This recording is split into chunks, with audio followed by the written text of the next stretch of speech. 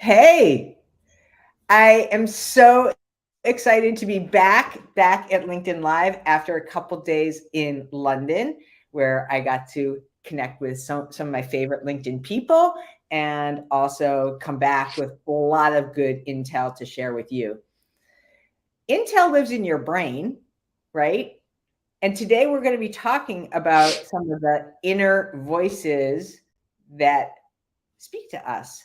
And that's the first question that we're going to offer up is how does your inner voice talk to you? So please answer the question and also let us know where you are chiming in from, because this is a big topic. I was just talking to our guest today, who I'm going to introduce in a moment, and I was saying I could do this live for 7 hours because there is so much to learn about this and so much to apply.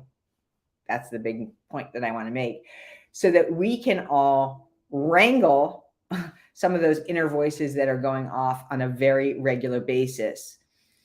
So without much further ado, I am so excited to introduce Joe Vandecar. I I don't know what it is. You just say the things that need to be said about how we are thinking and how our brains are working in such a powerful and simple way. But before I get into asking you more questions, I want to shut up and I want you to tell us how you stumbled into this work and also why you decided to focus in on the anxiety piece, right? The piece that is really driving a lot of our kind of like bad stinking thinking. Yeah, for sure. Thank you, Lauren. Hi, I'm Joe Vandecar. I'm an author, coach, and consultant now, helping people retrain these inner voices while they're trying to conquer challenges and push past their boundaries. And I really did stumble into it, like you said. Quite a varied background from being homeless at 17 to becoming a naval officer, and then becoming recruited to Homeless Apple. 17, Homeless homeless at 17. naval officer. Yeah, Yep, a winding road to naval officer, and then going from that to being a recruited to Apple for contract negotiations in their procurement org. So I've taken a very winding road. I think on previous podcasts you have talked about, the careers are not a straight line, and mine definitely has not been. And how does that all tie into anxiety? Well, that has been my constant companion. So very different experiences, but I've had this inner voice, that little gremlin on your shoulder along the way, just not very friendly and just terrible. And it wasn't until the 2021 when I was working at Apple and just burning out, and I was like, who is this person in my head? And I realized that, when I was doing contract negotiations, I could just by changing a question or changing the way I presented information, I could change the results of the negotiation. And that was a lightning bolt moment for me that if I started doing that maybe with the voice in my head, something might change. And that is when I started this journey. Mm. So, I love the way that you just talked about your anxiety being your constant companion. yeah. I mean, it's ever present, and also, the nemesis, right? Like the thing that Yeah. gets in your way. And I'm just wondering, hey, you guys out there, like, can you identify with it? Has your anxiety or your inner voice, typically not like, your BFF, been your constant companion? Let us know that, because again, we're here to also offer clearly some ways to be able to solve for that, because in many cases, people who are tuning in right now are in the middle of a huge transition with their career. Yeah. Many people are going through that, and there's a lot of noise out there. And if you can address some of that noise, a lot of outcomes can change. So I really, Exactly. yeah. So is it common, from your experience, for people who have anxiety to also put themselves into high stakes situations. I mean, that seems so counterintuitive. Why would you invite more Yeah. in? Yeah, I think for me personally, if I was standing still or moving very fast, anxiety was there. And so as a person who just looks at benefit, cost analysis, it seemed more beneficial to strive for stuff. I didn't want to stay in, the small town Michigan where there weren't very opportunities. There wasn't a life for me. I tried to be quote unquote normal, have the normal family and present as, you know, somebody who could fit in, and life just didn't have that for me. And so for me, it just made more sense to strive and push through. But some people don't do that. Some people do stay put. They think if I just maybe don't, like a T-Rex, if I don't move quickly, my anxiety won't flare. And what I found from talking to people is that's not the case, right? So even if you stay in a safety zone, you stay in a job you hate, you stay maybe in a relationship that's not the best for you, your brain knows, right? Your brain is going to tell you that things aren't good, but that voice can also turn very negative and stop you from moving forward. And a lot of people just accept that, right? They just accept that this brain, this inner voice has to be there. And it has to be negative. Being hard on yourself, being your worst critic is the best way to get forward. We're taught that. Some of us are, right?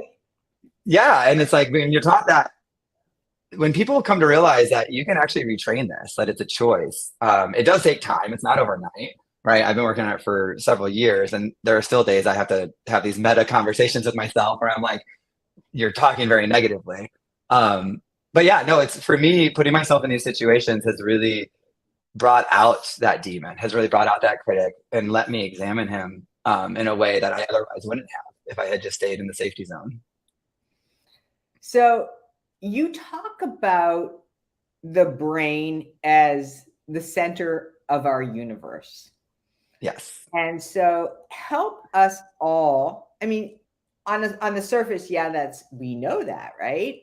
Right. But how does that center of our universe play games with us, right? While we are in either high stress or, based on what you said, maybe even no stress situations, like, right? It comes out, and then the question that follows up with that is, how do we get a hold of it?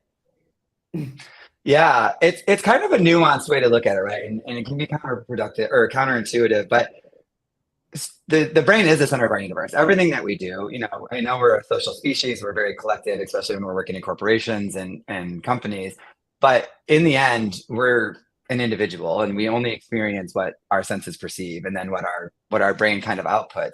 And what a lot of people don't take the time to realize is that what you're perceiving is the product of countless computations and scripts that we're running in our brains that you didn't consciously put in there, right? So from the moment you're born, your brain is a predictive machine. It starts putting together all these experiences and then tries to come up with outcomes. And so what I mean by the center of the universe is we experience life as we experience life. And that's not always indicative of reality, because it's coming through the filter of our past experiences. It's coming through, traumas and learnings and joys and all this stuff that we don't really understand without taking the time to understand that. So when we present ourselves and our inner voices to us, that is some of these automatic thoughts. And that's what taking control of it and being, cognizant of that helps us do. So I'm sure that people are thinking this, like, okay, great. Like, now that I know this, like, how do I rewire? How do I really, like, what do I do? Like, is this possible? Number one, like, can I do this? Can I really rewire? And then number two is, where do I start? Oh my goodness, where do I start? God damn it. Yeah. So those are huge questions, right? And so I always like to just bring it back to the present time, is like, just understand where you are today. So with the first question, is it possible to rewire? Absolutely. So my undergrad, I studied behavioral neuroscience before going into the military and then to business. And one of the core concepts is neuroplasticity. And that just means that our brains are rewirable. So when we learn a new behavior, when you pick up an instrument and start playing, you form these neurons. And so we have direct evidence of behavior changing our thought processes. And there is now growing evidence that we can, when you work through trauma or you work through a scenario, you actually build these neural pathways. And so neuroplasticity plasticity is pretty well established, that we can retrain our minds.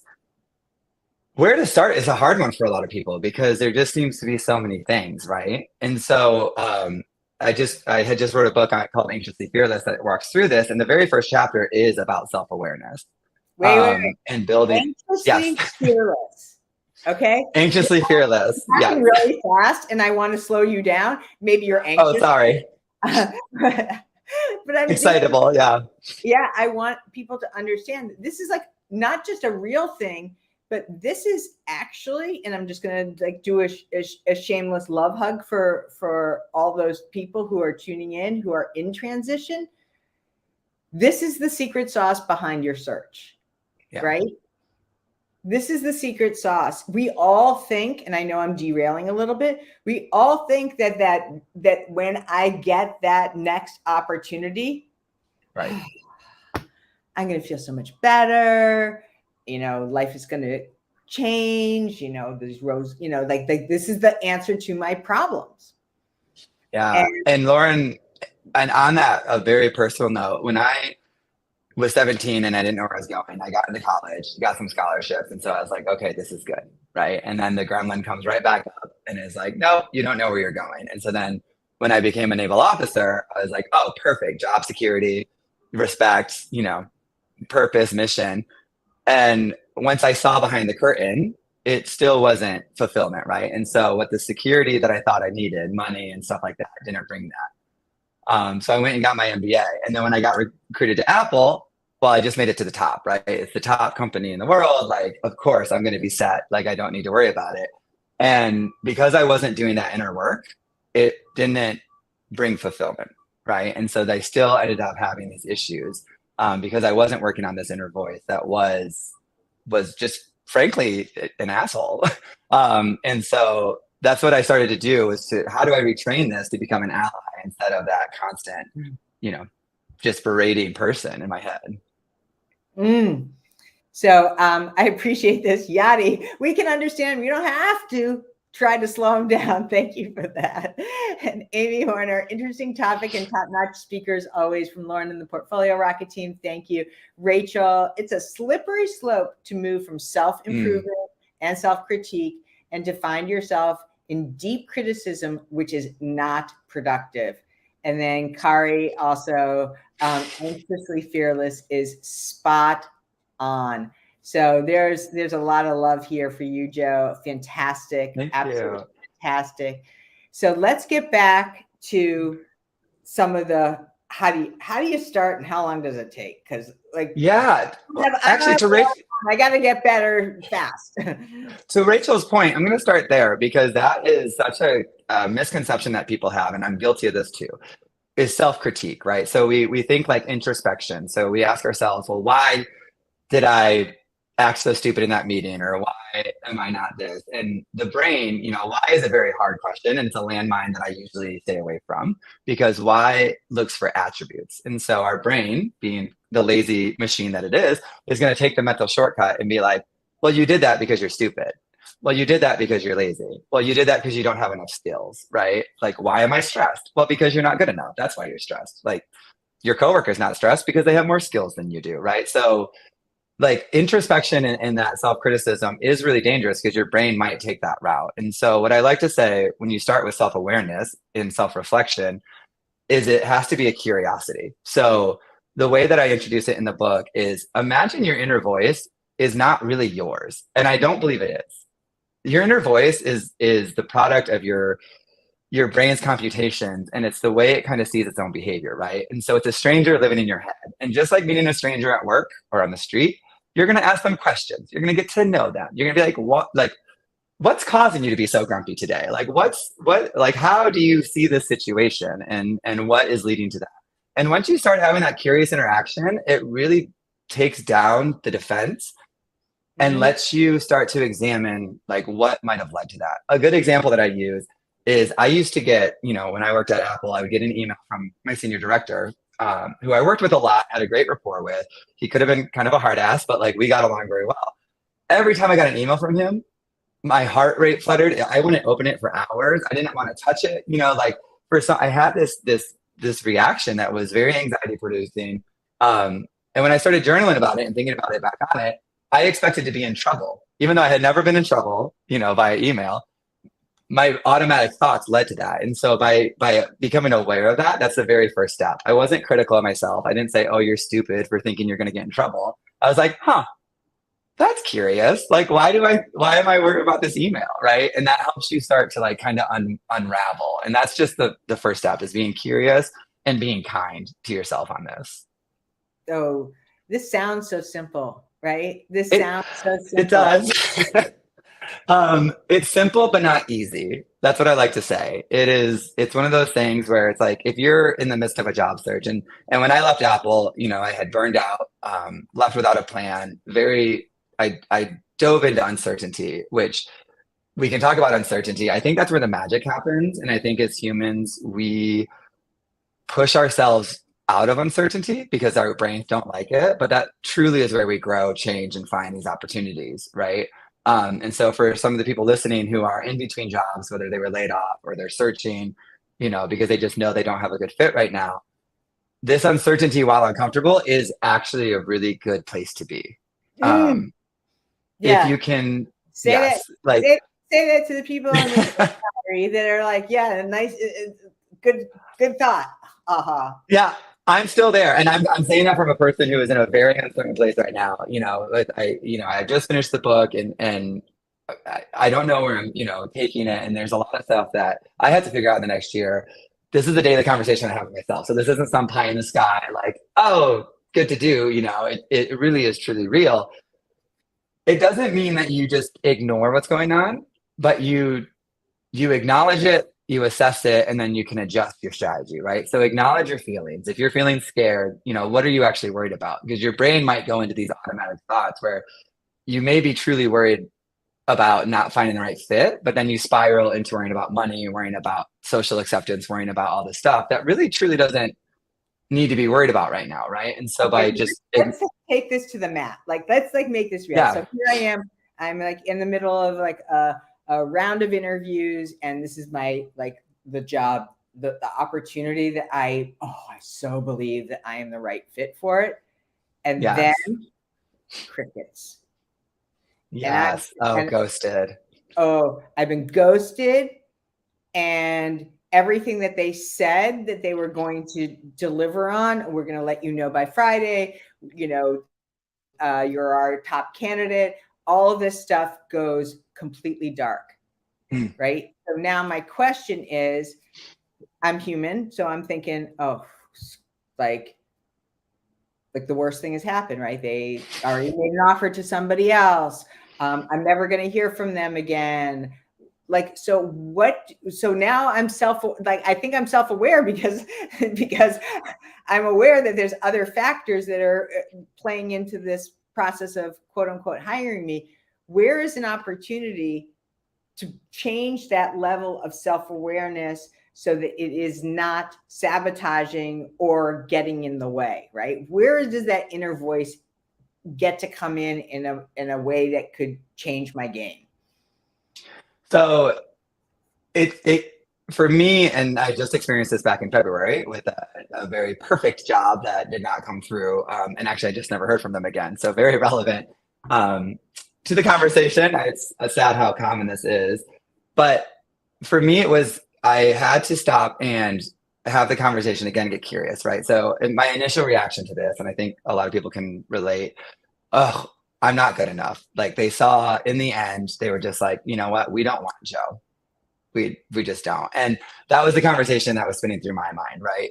The only data I had from them was great interviews and then no response. And my brain took that no response and made that the core of it, right? And so we have talked about confirmation or cognitive biases previously. And so this one, our brain has these shortcuts it takes, and we can talk more about them. But like my confirmation bias was they didn't respond to me, so that must mean I'm not good enough, right? Because that's just what I was looking for. I ignored all the other evidence that we had great interviews. I ignored all the other possibilities that maybe their funding got cut, maybe they're just really unorganized, maybe it's not the right organization for me, all these other things. You ignore those and you only anchor to what confirms your initial suspicion. So where you can retrain your inner voice is start challenging that. Start challenging those initial automatic thoughts that you have. They say when you're talking to somebody, it's best to think before you speak. It's best to think before you think sometimes, right? So once you get those automatic thoughts, stop them and just be like, is this accurate? Right?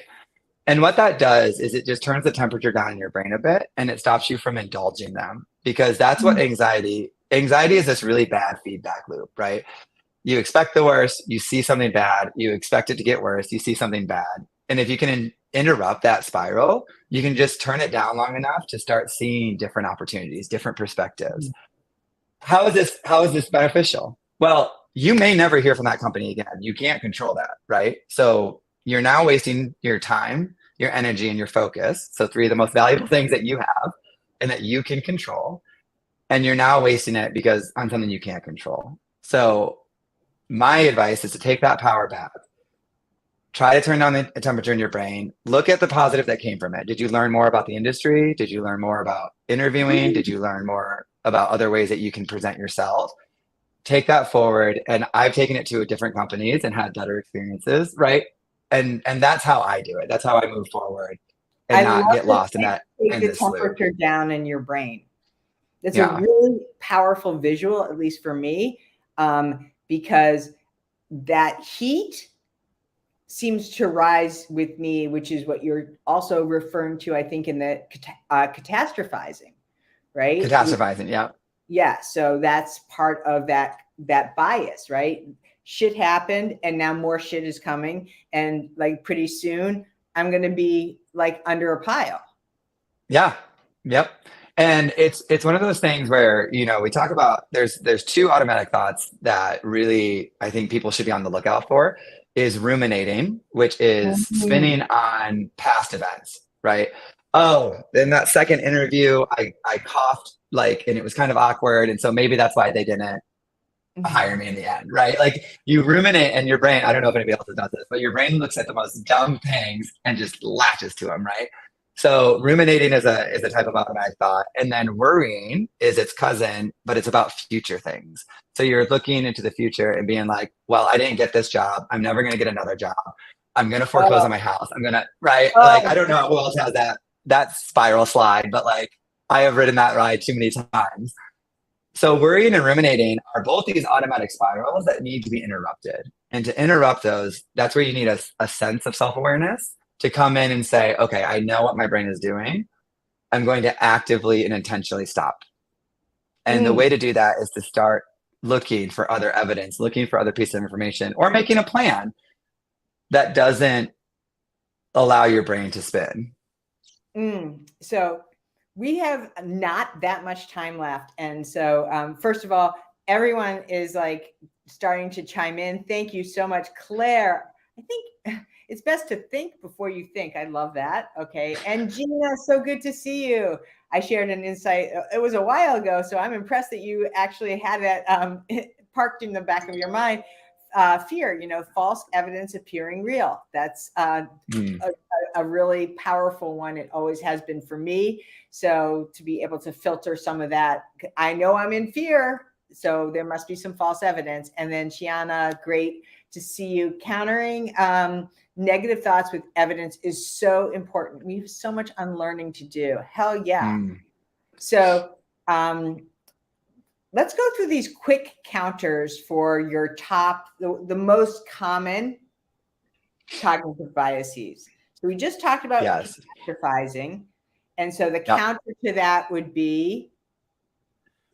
Reframe the situation. So especially if you have a very analytical mind, reframe the situation and just look at probabilities. Like it's unlikely that something might happen. And so acknowledge that there's an infinitesimal possibility and then move on to another scenario.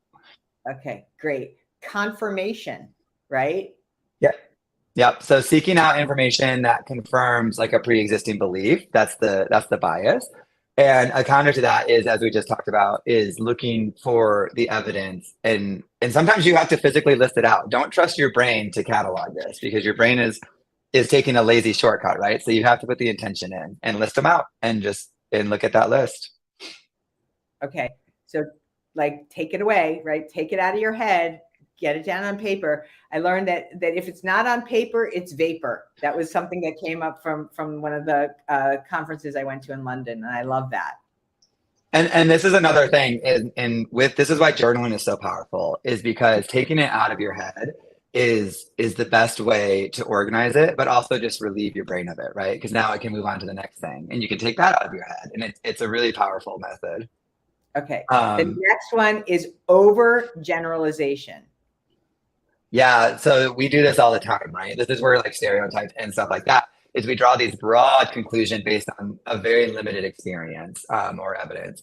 This can go either way. You could think somebody's a very nice person because you just met them and they like made you feel good for 5 minutes. And so you're like, oh, anything they do is great, even though they may be shady. Or the exact opposite, you may think, oh, this situation is terrible because I had 5 minutes of bad time, right? So the counter to that is again an evidence-based approach, but it's like looking for the good and the bad, right? You want to bring a balance to this imbalance in your brain. Right. We hear this overgeneralization. The reason why I'm not, being chosen for this or not being invited to an interview or they didn't move forward with me is because of ageism. Yeah. Right. Ageism, like that's the overgeneralization. And I think that what's interesting about that is more likely than not, you're in the interview process, so they already know how old you are. So it's not like, oh, they just found out, right? They knew that going in. So we want to be careful with that. Personalization. This one is taking responsibility for every situation that goes on around you, even if it's not in your control. Yeah. And so this one, for me, I don't suffer personally with it. So when I do talk to people about it, I get a little saucy where I was like, there's no way that you can control everything. Like nobody has time for this. But I know that a lot of people do deal with this. And so the way to counter this is just remember, it's going to sound terrible. You're not that great, right? You're not great enough to have that much influence over the world. So don't take on the responsibility when things go bad, right? Like just perspective. I love that. You're not that great. You're not the special snowflake, right? Like get over yourself. Right. I like that. Yeah. And yeah. Self-blame. Oh. Yeah, self-blame is a little different than personalization. So this one is actually something that you were directly involved in and it failed, right? So it could be a project at work. It could be, your team got laid off. And so now you're really taking it to heart that, oh, I wasn't productive enough or I don't have the talent or skills to have prevented this. And it's just, it sees you as the cause of it. So you don't take responsibility for it necessarily, but you're like, oh man, I really like influenced this outcome. And again, to counter this, it's just looking at the holistic picture. You have to look at everything that went into it, right? And I think a lot of times we personalize our workplaces, like family, and they just kind of exist to make a profit and consume people's talents, right? So when things like this happen, self-blaming is not a productive emotion to have or a productive like way to think about it. All of these are amazing. And now I'm going to ask you the $1 million question, right? How do we hold ourselves accountable to being able to troubleshoot these things that are happening? How do I know, like, I'm getting better, right? Like I worked out with my trainer this morning and he like gave me a fist bump and said, you got better today. How do we know that we're getting better? And how do we actually build the repeatable way for us to be accountable to that? Yeah, this one to me is very personal, right? So I know a lot of people, they invest in therapy or they invest in coaching. A lot of people, I like the DIY approach a lot of times. So for myself, it was setting a goal. When I started journaling 2 years ago, I said I was going to write 1 page a day, in like a little half notebook. And I could write about anything. It didn't have to be anything. And so once I established that, then I started writing about emotions or being curious. And so the best way to do it is just to start and be curious and kind. So set your goal for yourself. If your goal is negative, like I need to be a better person, that's a very negative goal, in my opinion, because what you're saying is I'm a shit person now and I need to be better in the future, right? If you're saying, oh, I want to be calmer in interviews, that's to me, a very positive way to do it. And so now start looking at, okay, what makes me uncalm? Like what makes my brain fire? What makes my brain get anxious? And you're like, oh, it's the intense interviewing process. It's like, okay, let's try to reframe that and then start looking for those tools and trips. Reach out to people, like yourself who are in the industry who know, or reach out to a coach who can help, come up with these techniques and hold you accountable. And that's what I like to do with my clients, right? Is when they come to me, a lot of times they're either in transition and so they don't know where to start or what to do. And I love to just sit down with them and be like, okay, let's start with today's plan, and like a 2-week plan, and like look at a 3-month plan. Let's not make it too big or too difficult. And then we slowly build from there. So start small, be kind, be curious to yourself, and really just, start getting to know that inner voice in your head. So Joe, when is your book coming out? When? Because I think you got a lot of pre-orders that are sitting here in the chat. And I asked you for that link, but sadly you don't have it yet. I don't have it yet. Yeah.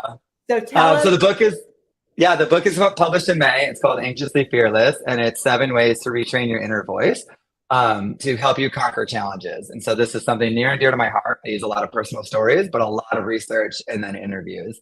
And so that'll be available in May, at the end of May. And you can find me on LinkedIn or sign up for my newsletter, and I'll be sending out updates with the link once the pre-order is available. So I found you through a dear friend of mine, Rushab, and I am super, super excited to get to know you and all of that. Last thing before all of you sign off and we sign off too, is we have a new program at Portfolio Rocket. This is going to be like super exciting because we've already had 100 people go through this new program. It's called the Career Blast. It's a 30-day blast. And so we are launching this in the next, we're already ready to go, but the actual event is starting on May 3rd. And so why I'm telling you this is because I tried to attach the document in this chat. It didn't work, but I will be attaching it in the thread. So look for that. It is amazing program and unbelievable ROI and results. 30 days. It's like a boot camp to get your butt in gear. Now available. It was just available to a very limited audience. And now we're opening it up to many, many people, obviously through LinkedIn and other communities, so that they can get this and ramp up, get those demons, that crap out of their head, and also some really, really powerful tactics in order to get you in the game and then in a place of fulfillment. So we're really excited about that. So look for that in the chat. And then I do see, yay, Rashad, glad you two connected and put out a great discussion here. The blast is fabulous. Thank you so much, Michelle. Hey, Courtney, I love the notion of interception of the negative thought as it's happening. Also anticipation of the situation and circumstance that you will derail. Yay. Also, Barbara, love the Career Blast, super leader. Oh, thank you so much. Rachel, yes, amazing. For all you great business people out there, think about how you act and think in executive or project meetings. Talk with your brain like they are in an executive meeting with you. And this one also, I have to say, was probably my favorite takeaway. I love how the ruminating is about the past and the worrying is the future distinction. I thought that this was amazing. And thanks, Courtney, also for this liftoff May 3rd. You got it. So Joe, this will not be the first or the last time that you and I connect because I hope so. I hope.